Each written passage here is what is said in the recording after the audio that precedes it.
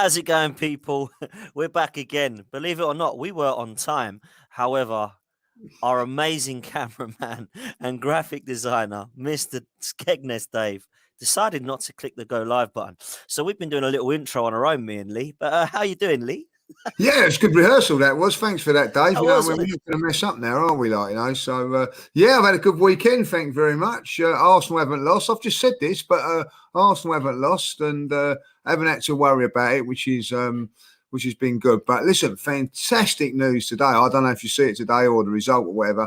Arsenal ladies, well, 3-2 at home against Chelsea. That is the way to start a season off. Like, exciting signings. I don't really know too much about the women, but I'm going to really get into it this season. Like getting a few tips from Pippa, and she was saying that there's some really good, exciting signings, and there's a buzz about the Arsenal women's team.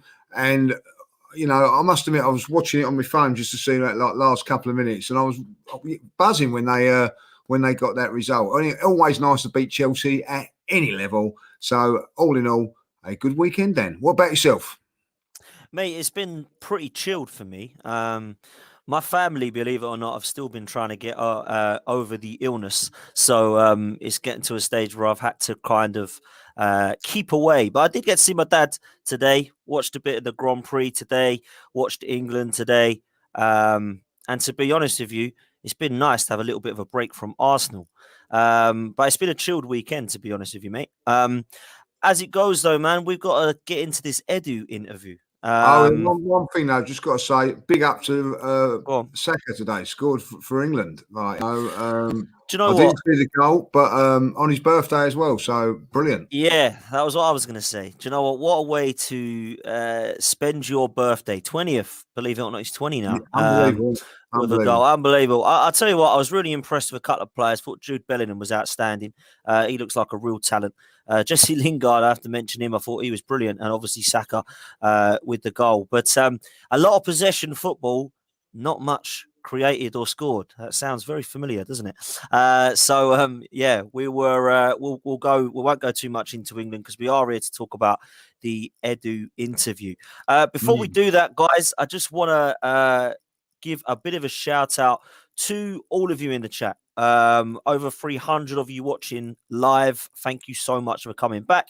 Myself and Lee appreciate it. We would love for you to smash the like button, but more importantly, subscribe to the channel, because over 69% of you that are watching Lee Judges TV are not subscribed. So please get yourself over to the subscribe button. Hit the notification so you remember when myself and Lee will be on your TV screens. So please hit the like and subscribe button, people. It would be so much appreciated.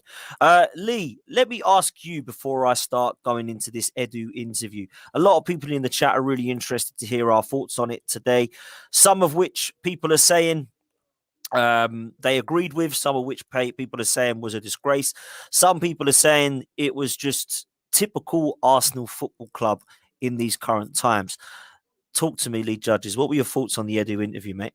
Right. Well, as you know, I've been up in Manchester for the weekend for watching the soccer age, so I didn't get to actually see it until I got home. Like, you know, as we was going to do this, so I've done my homework and research, and I've just watched it about half hour ago, maybe a bit longer, to digest what was going on. And I'm going to be honest, people going mad on Twitter about it and all that. Like, I've sort of had a look at it and had a listen to it, and there are things that I think, I can get along with it, and there's some other stuff in there that I just cannot get my head around. You know, I'll be honest. Yes, some of the bits of the transfer window I agree with, but ultimately, nothing said about what was and what should have been addressed. The midfield should have been addressed. I don't care whether you want under 22 or under 23 players in there. I get that he was saying that he's under a bit of pressure. He accepts that, and Arteta.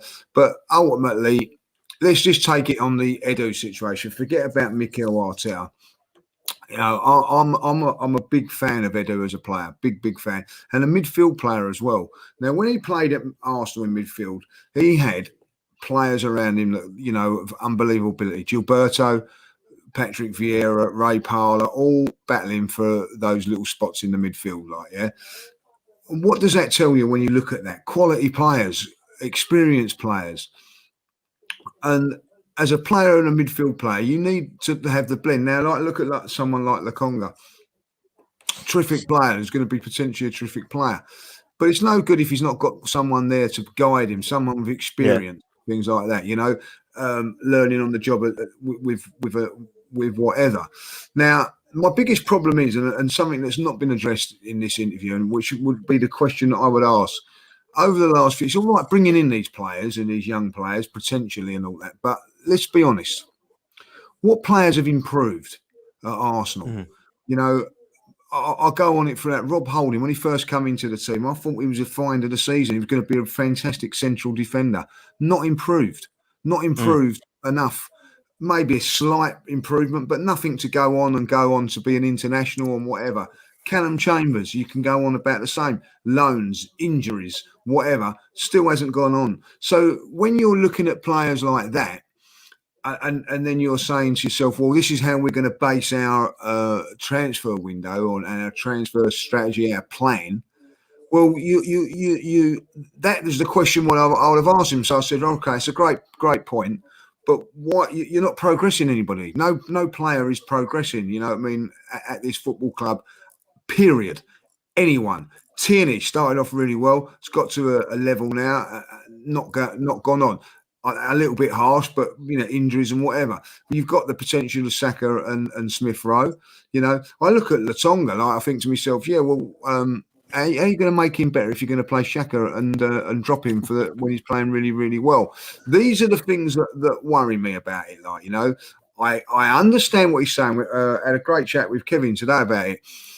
It's what I see what they're doing is you're getting young players, young hungry players in to take them to to the next level, a little bit like what George Graham did at Arsenal.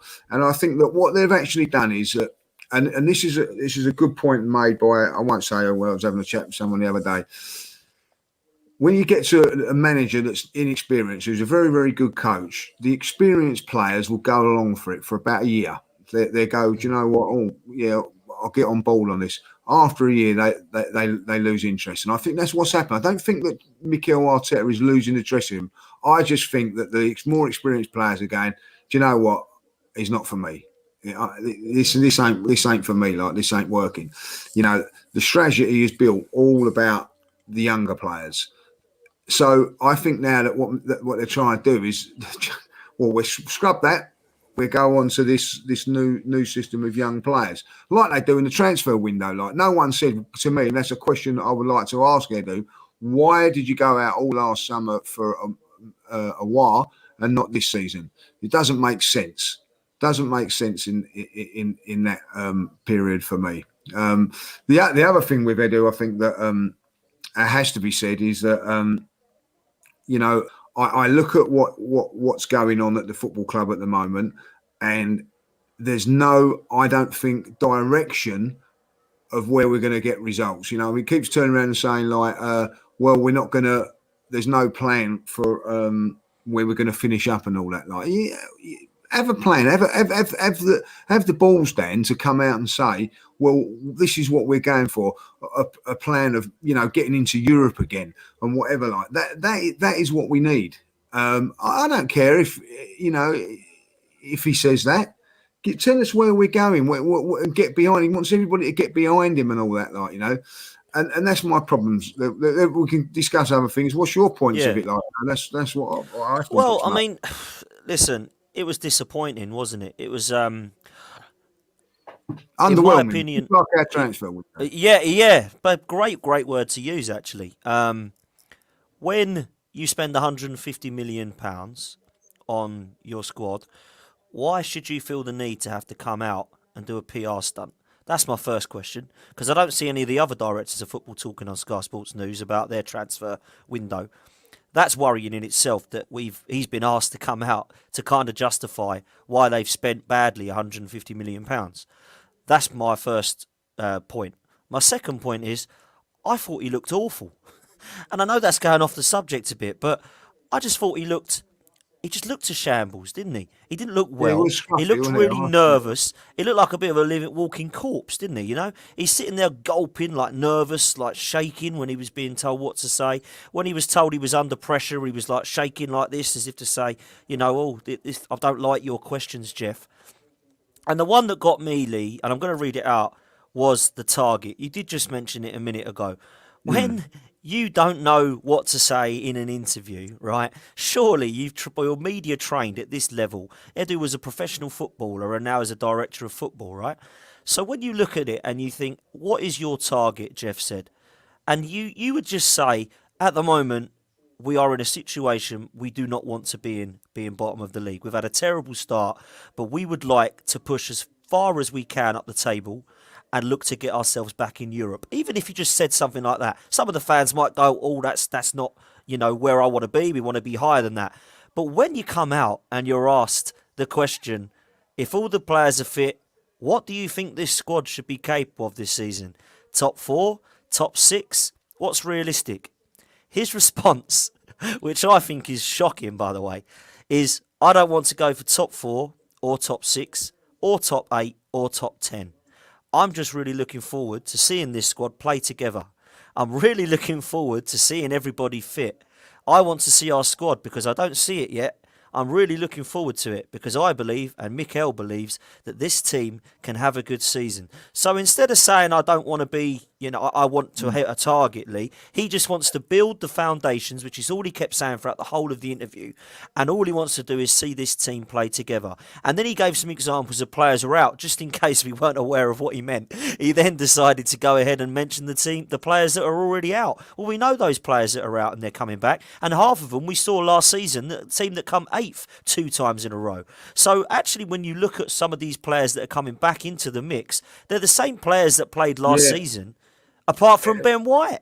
So exactly. it really frustrated me when I heard that one, Lee. I don't know what your thoughts are on that. Yeah, it frustrated me a little bit because one thing I didn't like, I don't know if you felt on this, I don't know what the people in the chat think about it. What does that tell you about the players that are playing now then? Yeah, Because, you're saying, well, he actually turned around and said, I'm really looking forward to seeing Ben White and Gabriel play together. Well, what happens if saying gets one of them injured, which can happen all the time? It's not giving the confidence to Holding, Chambers and Murray and whatever like that. By the way, Murray's one of your signings, so you've not mentioned him in that equation. So that would worry me. That would worry me that someone's saying that. It's also worrying me that you're not going to be playing with the same 11 players all season. It's just not going to happen. So basically, you're saying that the players that are underneath those players are not good enough, mate. That is what you're saying, because you're saying, look at them now, they're not doing this and doing that. And he's gone out there and said that on record. I think that's shameful.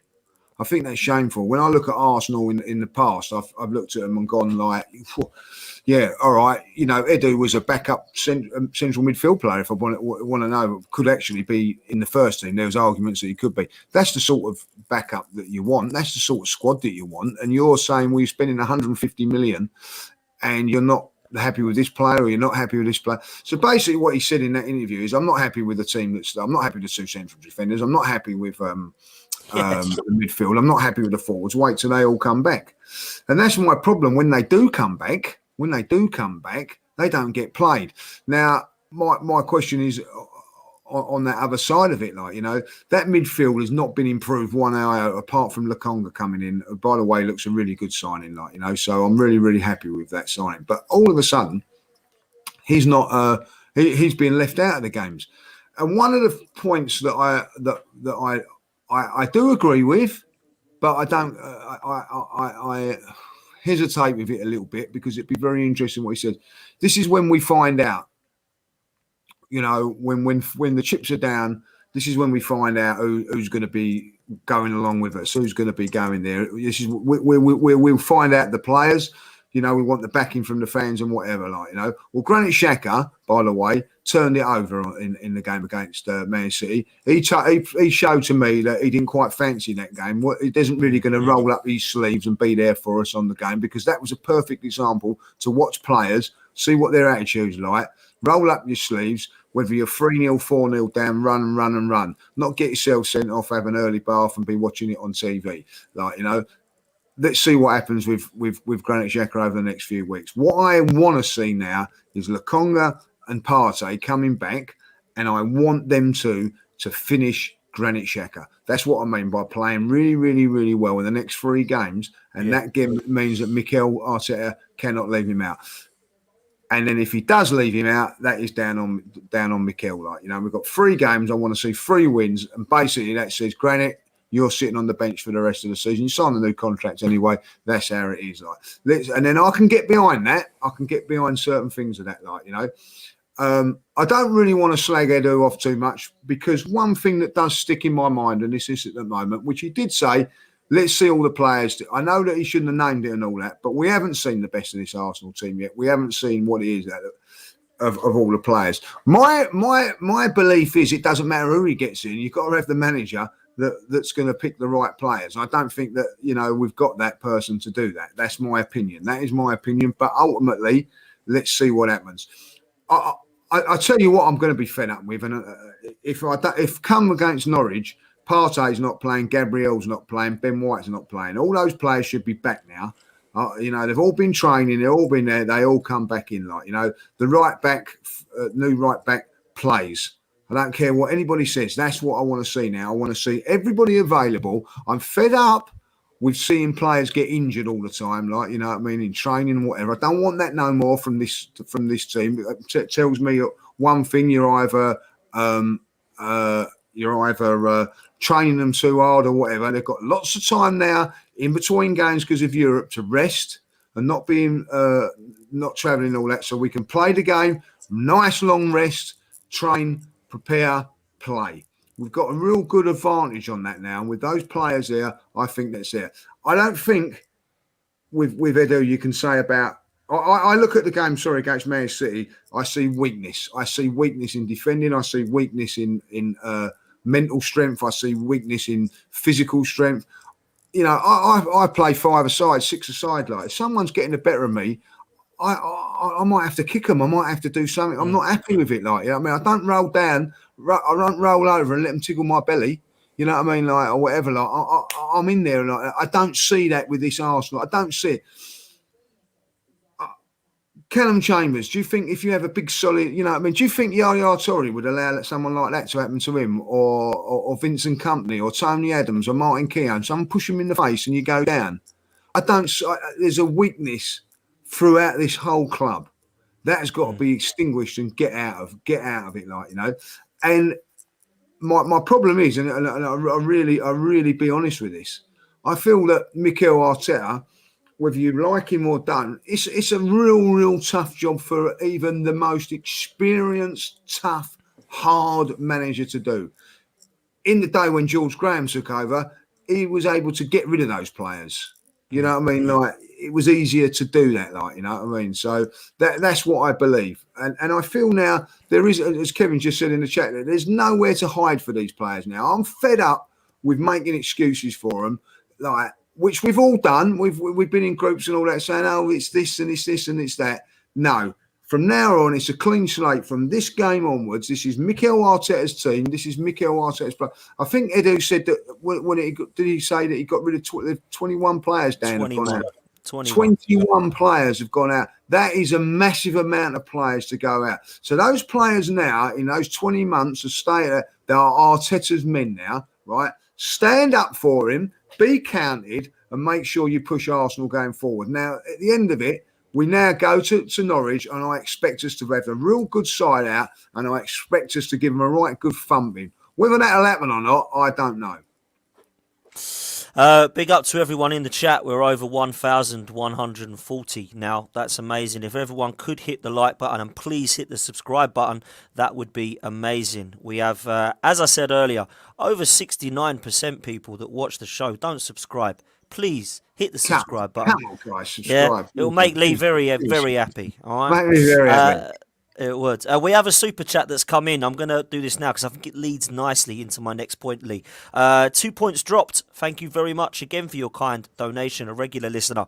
No targets, no ambition, no experience, which equals No points. And I'm going to touch on no experience for a minute, Lee, if I may, because it does come into it. He keeps saying in this Edu interview that everybody's under the age of 23. That's great. That's fantastic if that's your model. If you want to implement a model of players under the age of 23, I have no problem with that. But when I look at the situation right now, I see a lack of experience at the top, at the board level, in management, and now on the pitch as well. Because we're flooding our team with players who are great for the future.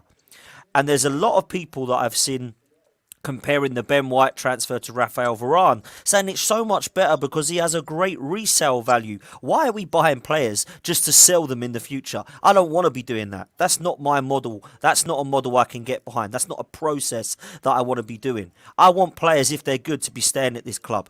I'm not looking at Bukayo Saka thinking, I tell you what, if he carries on like this, that's 150 million we can sell him for. No, I want Bukayo Saka at my club because I can see him being a hell of a talent. But we've been here so many times, Lee. I remember when Robin Van Persie and Cesc Fabregas came in and we went to the implement of the model at the Emirates Stadium of these youngsters. But there was a difference, Lee. They were training with the Bergkamps, Henrys, Vieiras. That didn't work, yeah? And they were training with them. So that didn't work. So what happened then? We went to another generation. Oh, Wilshere, Ramsey. Think how good they'll be in 5 years' time. Didn't win anything, yeah? Now we've got Saka and Smith Rowe and Martinelli. We need some experienced heads around it, yeah? Aubameyang is experienced and Thomas Partey are experienced. But actually, when you look at the mentality of some of them, or the leaders, or the kind of passion and desire of the want to win, how many winners are in this side right now? Not many, yeah? Believe it or not, Kieran Tierney is our most decorated player. Yeah? That's how mad this team is right now. So when you look at what we need, this under 23s thing and building foundations that Edu's talking about is for 5 years' time, which is why, yet again, he's saying, oh, it doesn't matter where we finish. Let's see, first of all, where this team can go. So we're now building foundations to see this first 11 that he keeps going on about. And this first 11, by the way, is the same first 11 of last year plus Ben White. But he said, didn't he, as well, that we've now signed backups because he believed that the injuries we got last season, the main problems was we didn't have any backups. Now, I can say we didn't have a backup left back, quite hold my hands up and say that, if I'm honest with you. But I'm not so sure that we didn't have backups in certain other positions. So I look at the situation in midfield and think we're paper thin. El Neni and Thomas Partey are going to Africa, and both of them are injured at the moment. Granit Xhaka is suspended, which leaves us with Lokonga and potentially Maitland-Niles, if Thomas Partey isn't fit enough to play against Norwich, in our midfield. So we've let Guendouzi go, Torreira go, Joe Willock go, but have we really strengthened in that position in midfield? I think we're weaker with certain injuries that could happen, or suspensions, or whatever it be, or illnesses. So that for me is a massive, massive worry, Lee. So it's fine going for under 23s. And I'll ask you on this one. It's fine going for under 23s. But haven't we already been here before in 3 generations of players? And it didn't work. Yeah, I agree with a lot of what you're saying there, and I really do. Like, one thing that what I'm going to say about, like, I understand that the plan they're going down for, and I quite me and Kevin were talking about this morning. I quite like the idea of that, but I still think that if you had all those players with an experienced manager, that would be a lot better. But we've got an inexperienced manager as well, which doesn't help. Now, going back to the Ramsey, Wilshere eras and things like that, you know, which we had some fantastic players. The one thing we was crying out for was a holding midfield, big solid midfield player. Do you remember like those days? And a central defender, right? Oh, I miss those days. Yeah, but we never had them. You know, we don't. If you remember right, we brought in Coquelin and he was superb for a while. Really done really well with him, and then all of a sudden we started changing his position. But all of a sudden now, I think that we've got Gabriel, we've got Partey, we have got players in these positions now to improve us. We've got a fairly decent central defensive partnership with White and Gabriel. I know that hasn't seen that yet, but trust me, I think White will be a good player. I really do, like, you know. I like what I see with Partey when he's fit, but he's never fit. That's another thing. They've got to get him fit and staying fit. You know what I mean? Like if they can do that. Lutonga looks a good player to go alongside him. Lokonga, mate, Lokonga. Lukonga, I'll say Lukonga, who cares? He can Sambi, he can come in there and he can play that Sambi, role. there you go, Sambi. There you go, right? He can do that role. But then I look at what goes on after that, it's weak. And when he turns around about saying backup and all that, like, well, why hasn't he got players in? Like, for me, you've got rid of 3 players in Chira, Guendouzi, and Willett. That's great. We haven't got a big schedule this season, so we could have allowed 3 to go and bring in 1 or 2. Like, I think getting Basuma would have been a masterstroke. Then you could turn around and say, that is a great, decent window. But what worries me about this and what's not been said about it is that you've got the same problems coming up next season when you've got the goalkeeper out of contract. So we're going to go through, well, we've got to get another backup goalkeeper now, and what we're going to do in that position there.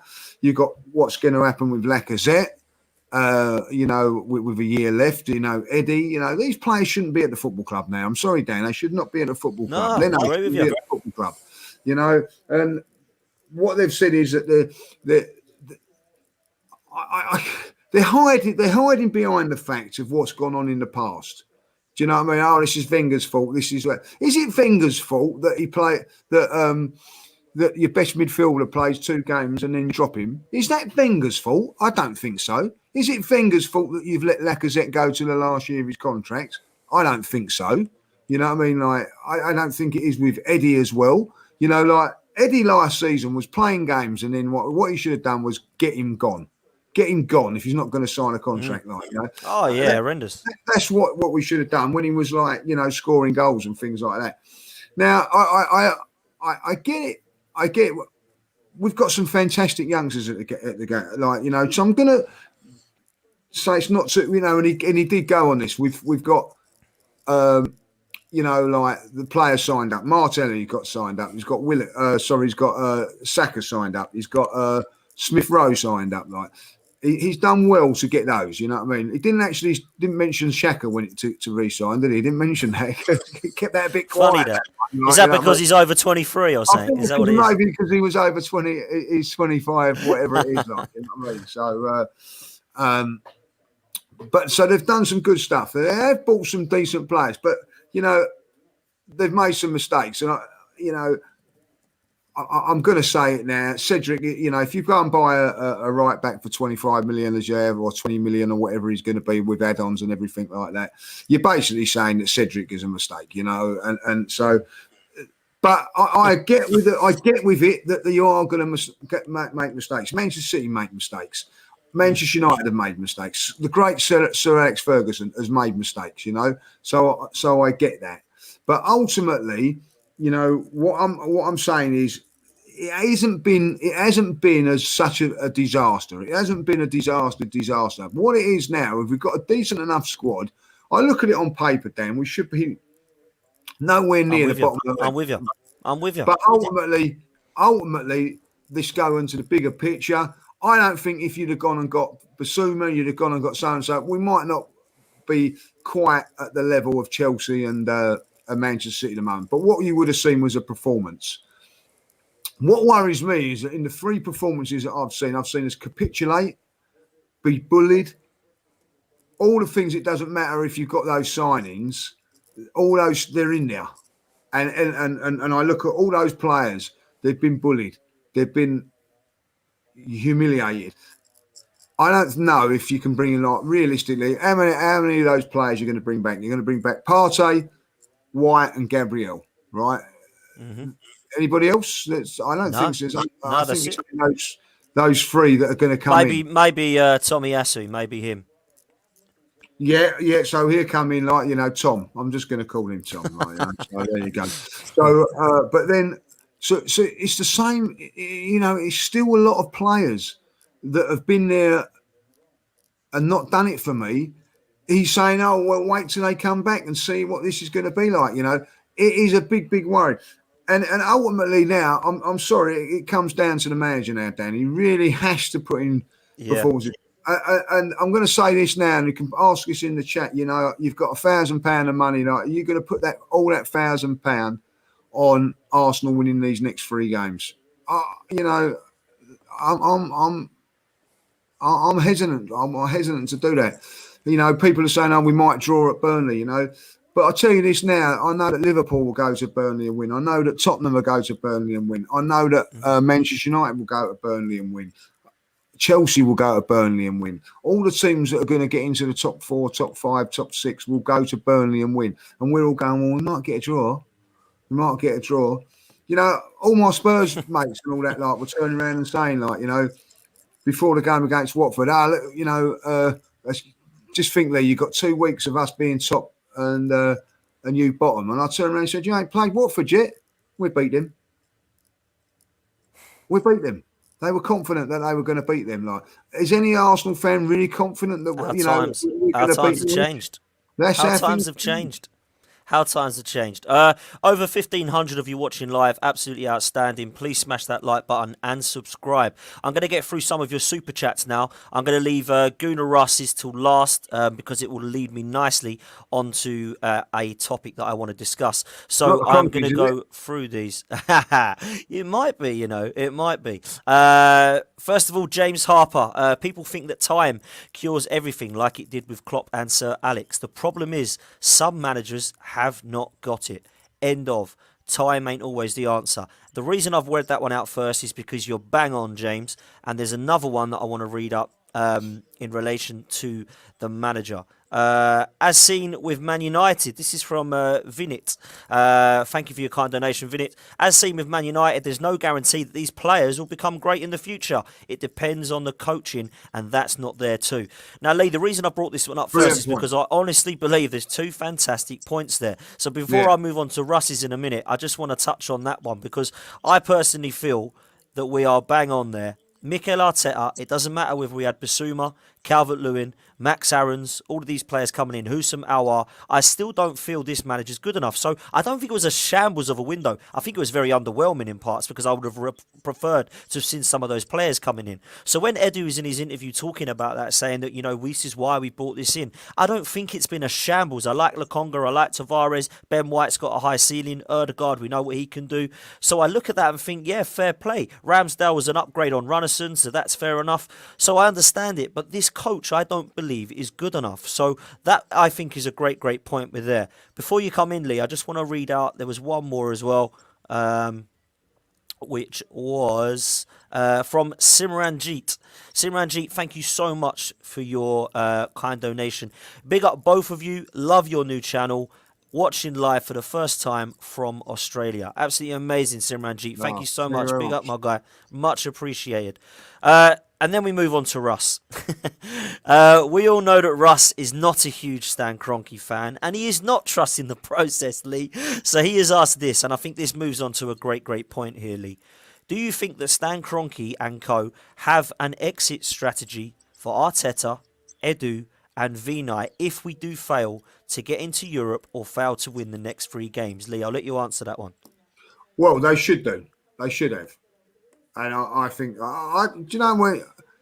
I'm going to say this now. You know, I think they all come as a package. But at this moment in time, you know, I don't know if Edu's the right or wrong person. You know what I mean? He's brought in players this time around. I think, like, you know, I'm going to say it now. Sammy's a good player. Samby's a good player. What I've seen of it, like, you know. I like Martinelli. I like Gabriel. So, you know, it's as they get these players in and they just don't seem to be, you know, he either doesn't play them or he leaves them out. So is it really down to Edu, you know, from that point of view? He's giving him Lokonga and he hasn't played him. He's giving Martinelli. He hasn't played him, you know. So I think that that's something there that I would say.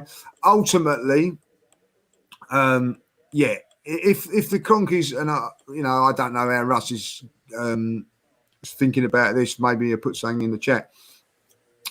If they haven't got a plan for it, because let's face it, if they haven't, then that's shocking. Because I think if Arsenal were to lose to Norwich, I can't see Arsenal coming back from it. The pressure will be too much. The pressure will be too much. I think it'd be a nervous game on Saturday because there will be pressure. There is pressure on the manager. There is pressure on the players. There is, because from where Arsenal are at this moment in time, and that's a good thing there. One thing I will say about Edu, and I will say this, and Kevin said this earlier on. If Edu doesn't say anything, people go, "Oh, look at what happened with the Aston Villa people. He come out and said this, and he come out and said that. Why can't Arsenal do that?" Edu comes out and says it. Oh, he wants to keep his mouth shut, do this and do that, and I get both sides of that. I will say that now, for me, I think there's been too much talking. Let's see some action now. What we need to do, and I think this is what it is for Arteta now, to keep his mouth shut, work on the transfer thing, just come out and say what he's got to say, as the same for Edu. And then after 5, 6, 7 wins, come out and say, do you know what, there, I told you so. That's what I want to hear now. I don't want to hear anything else. That's all I want to hear. Well, that's all he's getting from me. Listen, everyone knows that I want him gone, right? And I don't particularly think Edu has been fantastic either. I think he's got some right. I think he's definitely got some wrong, though, in terms of transfers. And the 150 million that has been spent, I think has been spent in an underwhelming way. There's nobody that excites me in that team. When Lokonga is your most exciting signing, Lee, there's a problem. So when I look at the question that... Yeah, when I look at the question Russ has put there, do you think the Cronkies have an exit strategy? And that's for themselves, as well as Arteta and Edu and Vino, by the way, right? Because they're any going good nowhere. businessman... They're going nowhere. Yeah, but it doesn't matter, Lee, even if they're not. I agree with you. I don't think they are. But every good businessman has an exit strategy. Whether you're staying for 50 years, 5 years, or 2 years, you have an exit strategy, right? And I don't think they've got one. Because in that stupid... Josh Kroenke meeting that he had with the AST, he was asked by Fergus, who we know really well from Guns and Yellow Ribbons. If you haven't done so already, go and like their video and subscribe to Guns and Yellow Ribbons. He asked him, he said, have you got an exit strategy? And he just couldn't say it. No, because we don't want to leave. So you haven't then, have you? You haven't got an exit strategy at all. You don't know what one is. You don't know what one looks like. So I honestly don't trust these people, these individuals at all. Now, it's fair enough saying it's not all on Stan Kroenke because he's provided us with funds of 150 million. Whether you think that's come out of his pocket, whether you think that's come out of the club's pocket, I'll let you all debate that. I think it's come out of the club, but a lot of people will say, no, it's come out of Stan Kroenke's pocket. I don't think there's any proof of evidence to suggest that, but I'm going to go with that.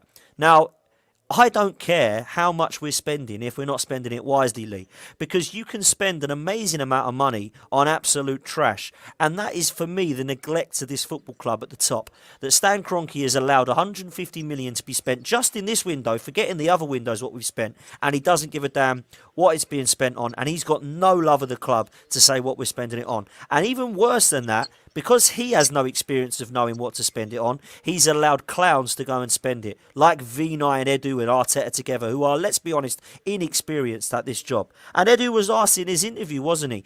You've not done this before, and that's why you're under criticism. The fans are putting you under pressure by saying you've not done this before. And his reply was, I've done it over in Brazil, and there's immense pressure over there. Completely inexperienced over in this country. Yes, he's played there before, but actually he's not done this before, has he? He's not actually been a director of football in England. So I don't think there is an exit strategy at all. I don't think that they have any idea what's happening behind the scenes. And it wouldn't surprise me, Lee, if we found out that Arteta gets sacked in the next 3 games and then they spend 6 months looking for another manager and they just put Mertesacker in charge or something like that. It really wouldn't surprise me because we've seen it already with Freddie Ljungberg.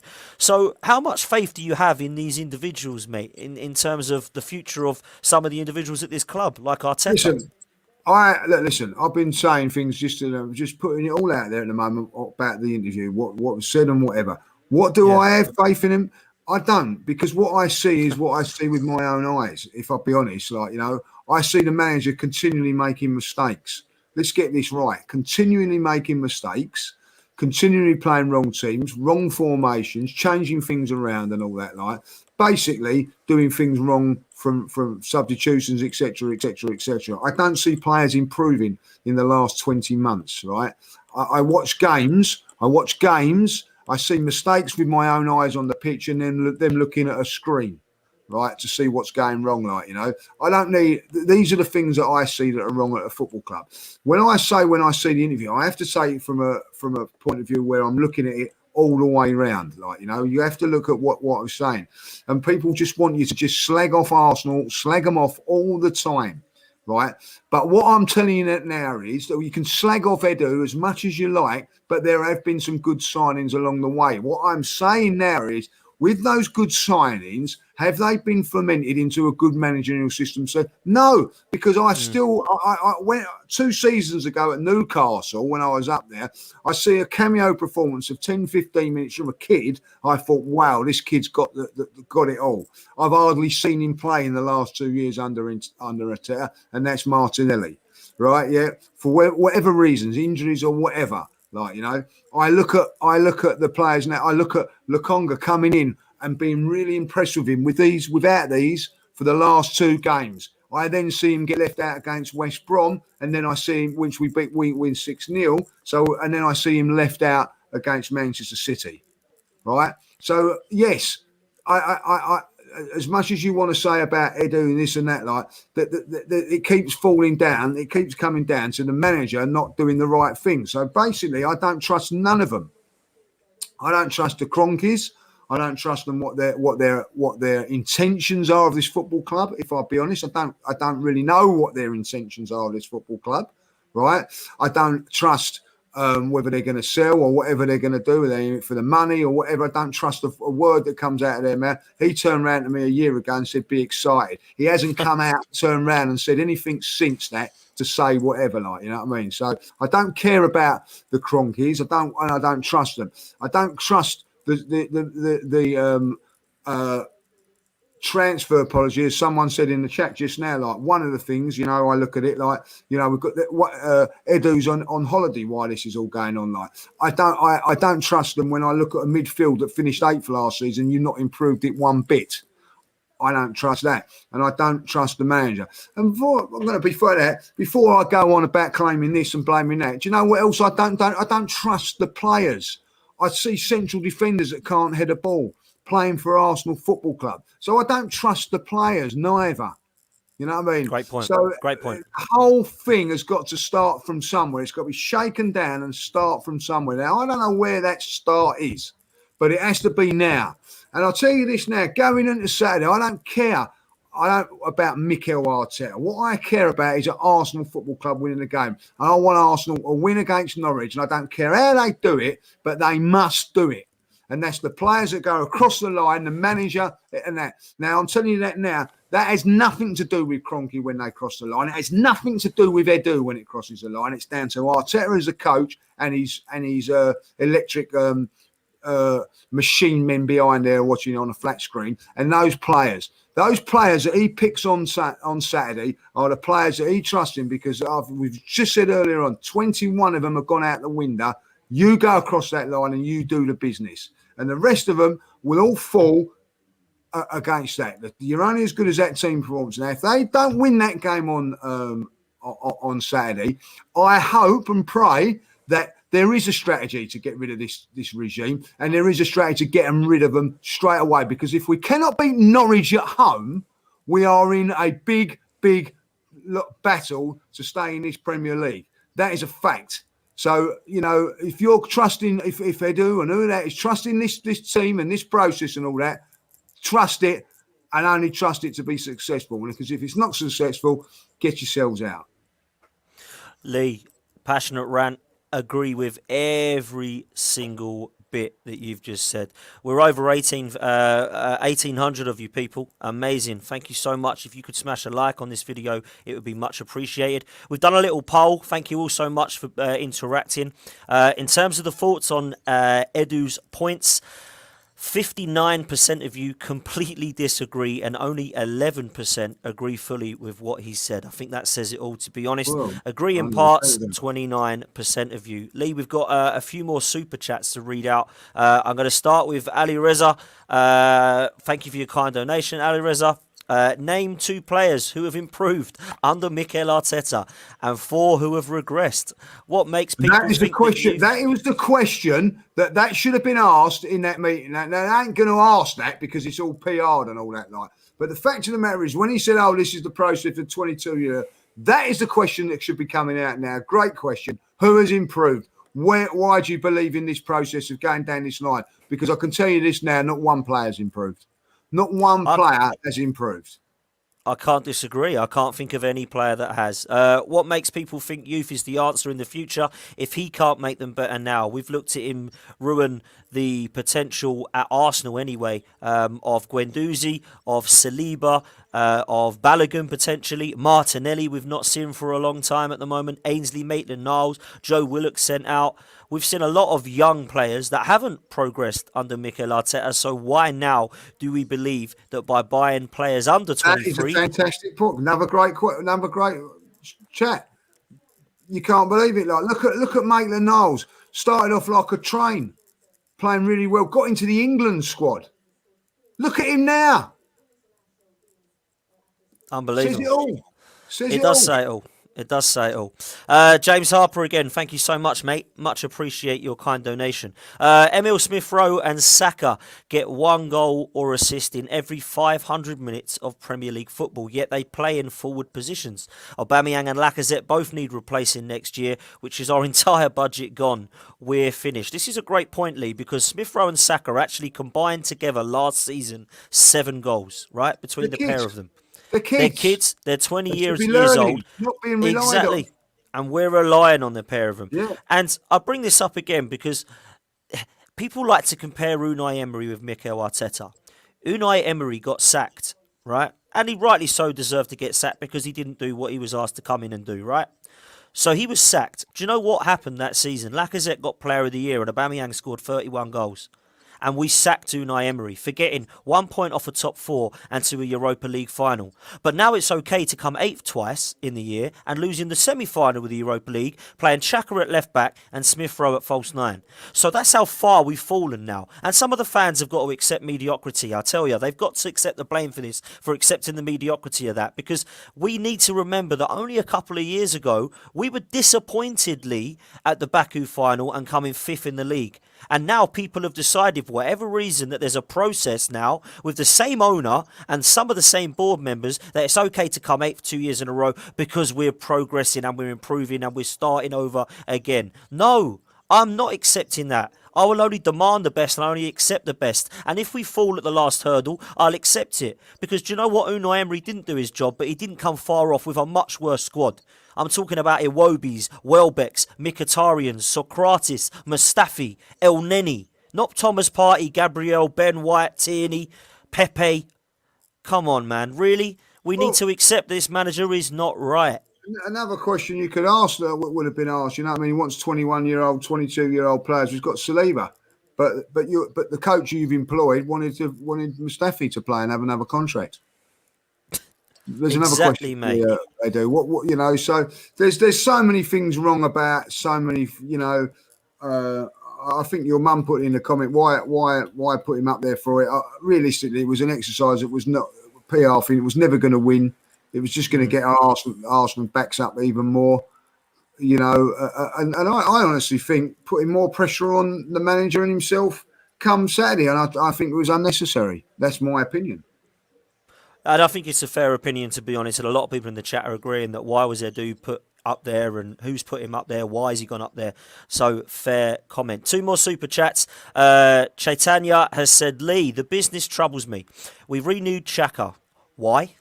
Now news is that Lacazette might leave for a free as well. Terrible business model. Lee, before I let you answer that, I want to come in on it. Because we've got next season, we're losing Eddie on a free.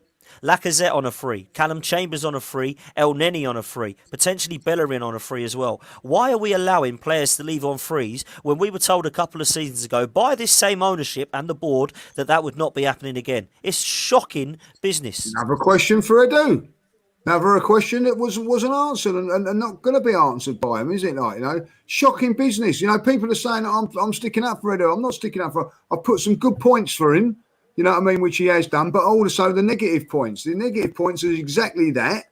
You know what I mean? The other negative points is he's not improved the midfield areas and spending all that money. And basically, you know what I mean, if you want to be really honest, we don't know at this moment in time, we have spent a hell of a lot of money, and none of us think that we're going to get top four or even challenging for it. So that's down on Edu, down on him. Fair play, mate. Absolutely fair play. Last one for now. Anyway, thank you so much for your super chats, guys. Keep them coming in. There's been some unbelievable interaction tonight. Great comments. TAVFC has said, thank you so much for your kind donation. Was the FA Cup win a curse in a way for Mikel Arteta, Lee? Why didn't you get a physical number 9, good in the air like Tammy Abraham? Aubameyang isn't a bully number 9 like Chelsea have got. What do you think of that, mate? Because I think it's a good point. He won the FA Cup. Did that give him time? More time? No, listen. Let's get something straight. You win an FA Cup, you take it. I'm sorry, like, you know what I mean. That's how it is. 100%. You win an FA Cup, you take it. And what you do is you build from that, build on it. Like, you know what I mean. You build on that success. That has not happened with Mikel Arteta. That gave him a little bit of time, yes, because we won the FA Cup. But ultimately, what we've done is I look at all of our forwards and I worry about Bellingham because I don't think that he's got enough experience at this moment in time to say, right, come in. He needs to be out on loan, Dan. He needs to be out on loan at this moment in time, getting 6 months at a hardened professional footballer. Like, you know what I mean? We just come from under 23s. I don't really see, this is another thing I'm going to go on about Edu and go through, and I'll have a go at him again. What is your plan for this kid? Because for me, you know what I mean, like, he's not going to get too much game time because there's no Europa League this turn. You know, when you can play 5 or 6 games against poor sides. So what's the plan for this kid? How are you going to progress this kid, right?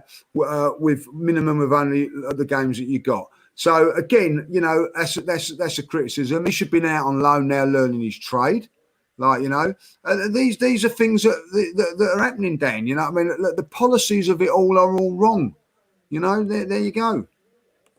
It's unbelievable, isn't it? I mean, I honestly believe we are in trouble, and I thought we were in trouble. And that interview just proves to me that there is real no direction. There's no clear plan.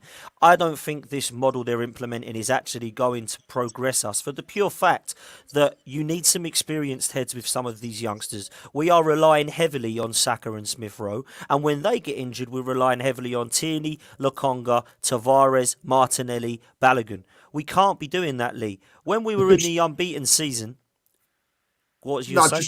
I was just going to say, like, just following up with the point there. I can't believe we haven't got a big centre forward in our ranks now. That's something that we should have done. That's why Eddie and Lacazette should have been gone, and we should. Yep. I'm not saying Terry Abrams, but somebody that can be a plan B when we can cross balls and get headers in. That should have been addressed. That's another thing that Edu hasn't addressed because he didn't get rid of Lacazette and Eddie at this time. Now that might be his hands are tied and all that, but me, as with Edu, I said, right, I don't want them two involved in the first team no more. Get them out in the 25, like you've done with Ozil and you've done with Papa, whatever his bloody name is. Like, great attitude, by the way. Weren't a great defender, but a great attitude, right? Put them out the pastures, and that's what I would have done. But oh no, they'll be having lots of game time. Well, Lacazette will, you know. So yeah, Leno's another one. Yet again, we lose out on players that we could have sold and should have sold last summer. It's an absolute shambles. Leno, another great example, doesn't want to sign a new contract. Ramsdale comes in for me then. See you later. You're the backup now. See you later. That's that. That's what a good, you know, that's what Edu should be doing now. Going, right, there you go. Right, that's it. Leno, Ramsdale's in. You want to sign a new contract, Leno? Then we'll discuss whether you're going to play or not. But if you're not, go and sit in the reserve. Just go away for a year. Don't want to know you. I know you can't do that. You need a backup goalkeeper. But like, at the end of the day, you know what I mean? I don't want to. I love Lacazette as a footballer, but you know, he's not. I don't know whether it's him wanting to sign a new contract or the club have not offered him. I don't know. But the fact of the matter is, after next season, he's not at this club. And the problem is, Lee, the reason he's not going to be sold and the reason we're not going to offer him a new contract is because somebody who is from a previous regime that everyone loves, put him on 182k a week. Yeah. So now we're stuck with him. Just like we're stuck with Kolasinac on 125k a week, just why we couldn't get rid of Bellerin for anything but a loan with no obligation to buy, just so like we we can couldn't only get rid of loan Torreira because we could loan them. We And cannot do it. that is not Edu's fault. That's what I will No, say. it's not. Do you know what I mean? Like, But so we're again, still, you we're know, you can still. give him a bit of a break there.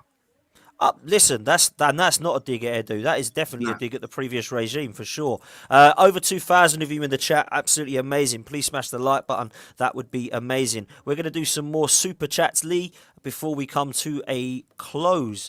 We have one from Russ, which is, I think, a great point. Is this year one of the project? I thought we were 3 years in already. We are being fobbed off. Now, when Arsene Wenger left, we were told by everybody there's going to be a process and a project. We need 5 years like Jurgen Klopp. Everybody tried to compare us to previous regimes at Liverpool. That was never going to happen with these ownerships, in my opinion, mate. So when I look at this 1 year, 1 year, 3 year, whatever, this process that everyone starts to go mental about, everybody only got excited about when Mikel Arteta joined for some reason and Edu. They didn't realise that there was a process before that, because this process has been going on for 17 years since we knocked Highbury down to move to the Emirates to compete with Real Madrid, only to find ourselves competing at bottom of the league with Norwich City a few years later. So this process has not worked, and it will not continue to work under these owners. What do you make of that, Lee? I agree. Like, you know, there's no process now. Like, you know, I mean, it's just about game by game, getting the results, and we'll see what happens. F the process. Get the results, right? Yeah, it's about winning games of football. That's the process. That is how you process. That is how you progress. That is how you do well, by getting results. That has happened since I was in nappies watching football, going up and all that. It's about results. It does not change into a process like, you know, and being fogged off with it. Get results, win football games. That's the process. Simple, mate. And I love it. And that is so true. We're in a results business, believe it or not. James Gunn, thanks for your kind donation, mate. Feel sorry for you guys at the moment from a West Ham fan. Do you know what? It would not surprise me if a couple of seasons ago I looked at the table and thought, West Ham and Arsenal have swapped places here. West Ham was struggling for relegation only a few years ago under Sam Allardyce and obviously David Moyes. And then they realised to keep David Moyes, they would go up the table. And now they're playing some great football with, and I don't know if you would agree with this, James, if you're still watching, probably a worse team than what Arsenal have got. In some positions, you would absolutely wipe the floor with us in certain, I'd say 4 or 5 positions, yeah? You've got great players. I take Souček. I like Soufal. I'm a massive fan of Antonio. I think you've got some fantastic players. However, I look at things right now and I think, how is David Moyes got the best out of West Ham? So that's a great point. Next one is from Peter on poll. Peter, absolutely love your content, mate. Sorry, Lee? West Ham are coached very well. We've got an experienced coach. Very well. They're organised, hard to beat, and there's a plan. And that's because they've got an experienced manager who knows what he's doing. Absolutely, 100%. 100% agree. Not just him. Marco Bielsa plays a style. Dean Smith's got Aston Villa playing. Graham Potter's got Brighton playing. But we have still not got a style in 20 months. Yeah, it's trust the process and give Mikel Arteta time. I do not understand it. Pete on poll, regular listener. I hope you're well, Pete. Stop going to games, says Pete. Vote with your feet. Wenger and Emery's last straw was when attendance went down. Liverpool, a great example of this with ticket prices. Liverpool's ticket prices went up to £77. They all got up and they all left because they united. The problem with Arsenal fans, Lee, and I don't know if you agree with me on this, and I've said it loads of times, we cannot unite because somebody will always say, no, don't do that. Somebody will always throw something back at you. Don't buy merchandise. Well, I want to. Don't go to games. Well, I want to. Leave at this minute. Well, I might miss the game. Throw your season ticket in. Well, I might not get another one. There's always an excuse. There's of course always there is. I'll tell you, I haven't been to an away game this season. Still full there though. Yeah. Somebody else will always go. Somebody will always go, unfortunately. And that's why we can't unite. So, like, you know, that's it. So I can give up my ticket tomorrow, but someone will buy it. Absolutely, mate. 100%. Pack has also given a donation. Sorry, have I said that wrong? Packen. I hope I've got your name right. I do apologise. If anyone thinks Saliba's coming back and Saka or Martinelli won't be sold to balance the coins after no Europe once again, there's a bridge in Georgia I'd like to sell you. I honestly believe that there is a worry about this, Lee, Yeah, because listen, Saliba. it's a great point. It's a great point.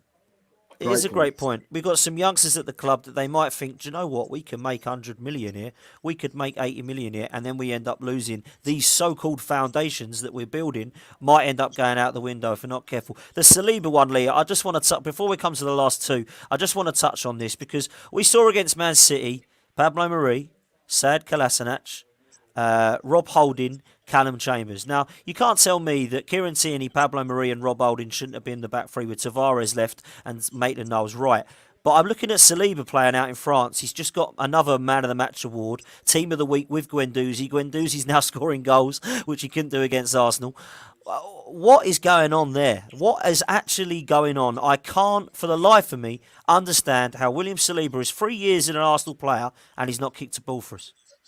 I'll ask Edu and ask the manager because it's Yeah. this is what I'm saying. I've watched enough of Callum Chambers over the last 2 seasons and Holding, and nothing against them to say that they're not going to make it the grade at Arsenal. They're not good enough for Arsenal. That's not saying that they're bad players, by the way. They're not good enough to make the grade at Arsenal. What's we needed? I don't know about Saliba, but I tell you what, I'd prefer to give him a go than them two, especially when they can't win an header against Jota, Sterling, and Gundogan. You know what I mean? For me, I'd rather have a look at Saliba. Thank you very much. 100,000%, mate. Unbelievable. Last two super chats before we do wrap up. First one's from James Harper. We really missed David Luiz this year. I don't rate him, but he was our best defender and won us games last year. We look a shambles without his leadership. Do you know what? It's funny because only last week at transfer deadline day, Lee, me, you, and Robbie were having a chat, and we just basically, and Robbie come up with a good point, and he said, I'd rather have got rid of Holding and Chambers and kept David Luiz Yeah. than William Saliba. And as much as I wanted Luiz gone because he was a bloody liability, and when he wasn't pulling shirts, getting sent off, he was actually an all right defender, and his And he final would have ball, his helped Ben passing White. was. He would have helped Ben White and Gabriel become better players. Yeah, You I, don't I, get I to have. where he's got without being rubbish. You know what I mean? Like, yes, he was made a mistake. Mentally, he's a good player. A bit of a tough, like there's a bit of skullduggery in him. I love that thing. He has got that in his game, and we need a bit of that. We need a bit of that, like, And I would say, yeah, definitely. I would have, especially with the Ben White situation, bringing him in. You know what I mean? Like, I'm saying with David Luiz, he wouldn't have been guaranteed playing week in, week out. He hasn't got a club at the moment. So, I think he'd have been happy if he would have been a squad player. But there you go, another decision. This is what I'm saying. But they've gone down that route, So it's just, as I say, whose decision was that to let him go? Another question for Mr. Edu. It is another question from Mr. Edu and Mr. Arteta as well. Last super chat of the night, Brady's Banana. Brady, thank you very, very much, mate, for your kind donation. He says he's too depressed with Arsenal, Lee, at the moment to make a deep, thoughtful comment. So he said, here is some beer tokens for you. Love the content, lads. Do you know what, Brady? Thank you so much, mate. And thank you to everyone tonight.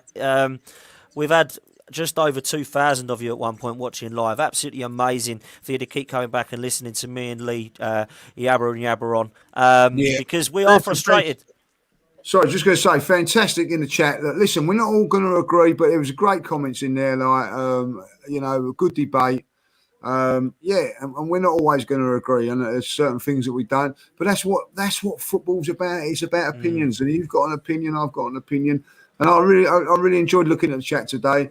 Not all agreeing with what I'm saying and all that, like, that's fine. I'm happy to be wrong, you know what I mean? And if I am, I'll hold my hands up and things like that. But that's what I want to see. I want to see good interaction, and that's what this is about: getting people talking, getting debates, and all that, and that's what's been really good tonight. I really enjoyed that tonight. Dan really enjoyed it. A good bit of therapy. Yeah, it's a good bit of therapy, mate, and we have tried to break down the Edu interview. The problem is we go off and talk about the same stuff, don't we? Because we all know the problem at this club. We all know we've got an inexperienced manager and a couple of novices at the board level. We all know the ownership have neglected us. But what matters, Lee, and you've brought up a great point, is what matters is what happens on the pitch. And we need to go to that game at Norwich and take away all of the hatred and the frustration, because we need 3 points, mate. Because if we do not get 3 points, we are in serious trouble. Listen, and yes, I do. No, go on. Sorry, go on. You go on. No, I was just going to finish off by saying, yes, I do want Mikel Arteta gone because I don't think he's good enough. But I would never, ever want Arsenal to lose a football match No, for that to happen. And I wanted to get that in. Go on, Lee. no. And I'll tell you, this is a great point. What I want to do, I want Arsenal fans to go to that game and give it their all, right? And if Arsenal don't win that game, no one can turn around and go, do you know what? The fans were this, the fans were that. The fans were right behind that team. I don't want anybody to use an excuse. The fans were toxic. The fans weren't behind the team, whatever. I'm going to go to that game on Saturday. I'm going to, for 90 minutes, I'm going to give it my all, cheer them on to the end. Whatever happens after that, I'll make my views perfectly clear. But for that 90 minutes, I'm going to say, like, one thing is that no one, and the press and everybody else, can turn around and say, like, the fans did let them down, this and then that. Let's all get behind the team. Let's get the 3 points because, Jesus Christ, we need them. 100%. Couldn't have said it better myself. Thanks to everyone in the chat. Big up yourselves. Please smash a like on this video. We would love you to subscribe. As you can see the stat on the screen, over 69% of you have not subscribed yet, people. What are you doing? Lee, tell them. Subscribe. Subscribe, press the like button, do all that stuff. It's much appreciated if you do. Come on, you Gunners. Absolutely, 100%. Guys, we will see you next time. We will be in some fantastic content coming up this week, leading up to that all-important game at Norwich at the weekend. But until then, keep safe. We'll see you next time.